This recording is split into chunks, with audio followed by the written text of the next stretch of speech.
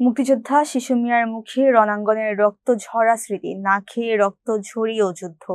শিশু মিয়ার সাহসের গল্প। পানছড়ি উপজেলার ইসলামপুর গ্রামের একটি ভাঙাচোরা মাটির ঘরই এখন 85 বছরের বীর মুক্তিযোদ্ধা শিশু মিয়ার আশ্রয়।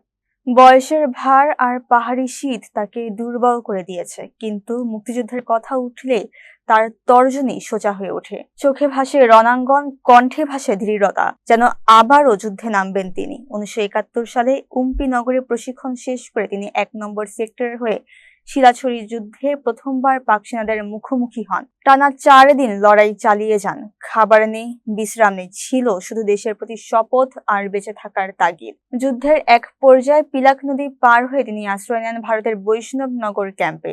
সেখানেও খাবারের অভাব ছিল নিত্য সঙ্গী। পরে সাবরুম হয়ে হরিণা ক্যাম্পে পৌঁছান। কর্নেল ওসমানীর নির্দেশে এপিআর এর সুবেদার খায়রুজ্জামানের নেতৃত্বে তিনি পানছড়ি, লোগাং ও ভাইবোন ছড়া সহ বিভিন্ন এলাকায় সম্মুখ যুদ্ধে অংশ নেন। ভাইবোন ছড়ার যুদ্ধে পাক সেনা ও রাজাকার নিহত হওয়ার খবরও তিনি প্রত্যক্ষ করেন। শিশু মিয়ার বর্ণনায় উঠে আসে আরো ভয়াবহ সব মুহূর্ত।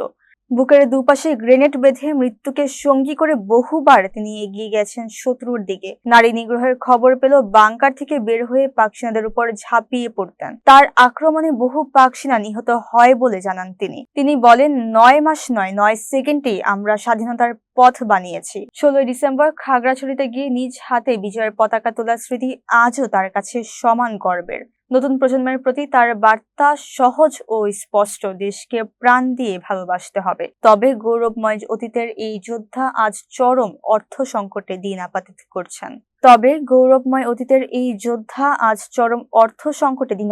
করছেন। ভাতার টাকা থেকে ঋণের কিস্তি কেটে মাসে পান মাত্র 8,000 টাকা। এই টাকায় তার ওষুধের খরচও ঠিকমতো মেটে না। আক্ষেপের সুরে তিনি একটি কথাই বলেন, দেশের জন্য এত কিছু করেও শেষ বয়সে এসে কিছুই পেলেন না। একটি ভাঙা ঘরে বসে শিশু মিয়া আজও বহন করে চলছেন স্বাধীনতার ভারী স্মৃতি, যা আমাদের ইতিহাস, যা আমাদের দায়।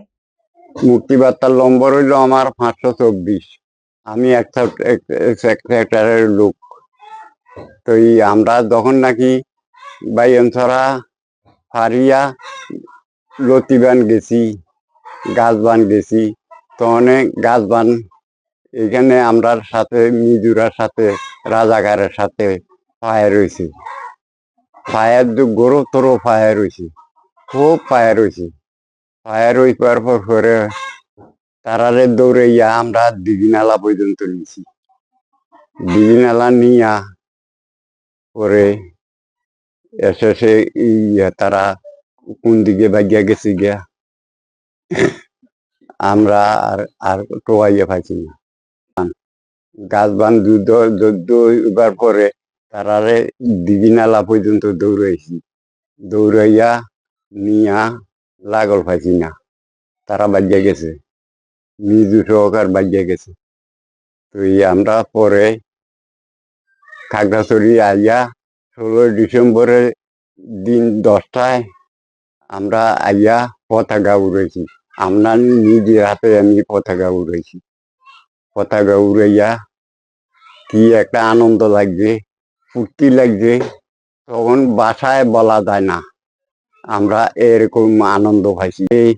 আমরা 2টা ফায়ার ব্যাংকার করছি, 2-3টা ব্যাংকার করছি। ব্যাংকার করিয়া এই ব্যাংকারে আসিলাম পরে এই ব্যাংকারের লোক, এই ব্যাংকারে যখন আমরা আসিলাম 2 দিন পর্যন্ত আসিলাম। 2 দিন পরে সাইডে দিয়ে আবার পাকিস্তানি সেনাবাহিনী আসে। আরে আমরা তখন আর কিছু মাতি না। যখন আমরা মধ্যখানে দিয়া ঢুকছে, তখন আমরা চতুর্দিকে থেকে গোলাগুলি করছি। গোলাগুলি কইরা বহুত সেনাবাহিনী মারিয়া লাইছি। পরে তখন আমরা কইল যে জাহাঙ্গীর আলমে কয় তোমরা হাতিয়ার লইয়া ভাগো। আমরা হাতিয়ার লইয়া, পাকিস্তান নিতেন হাতিয়ার লইয়া আমরা ভাগছি।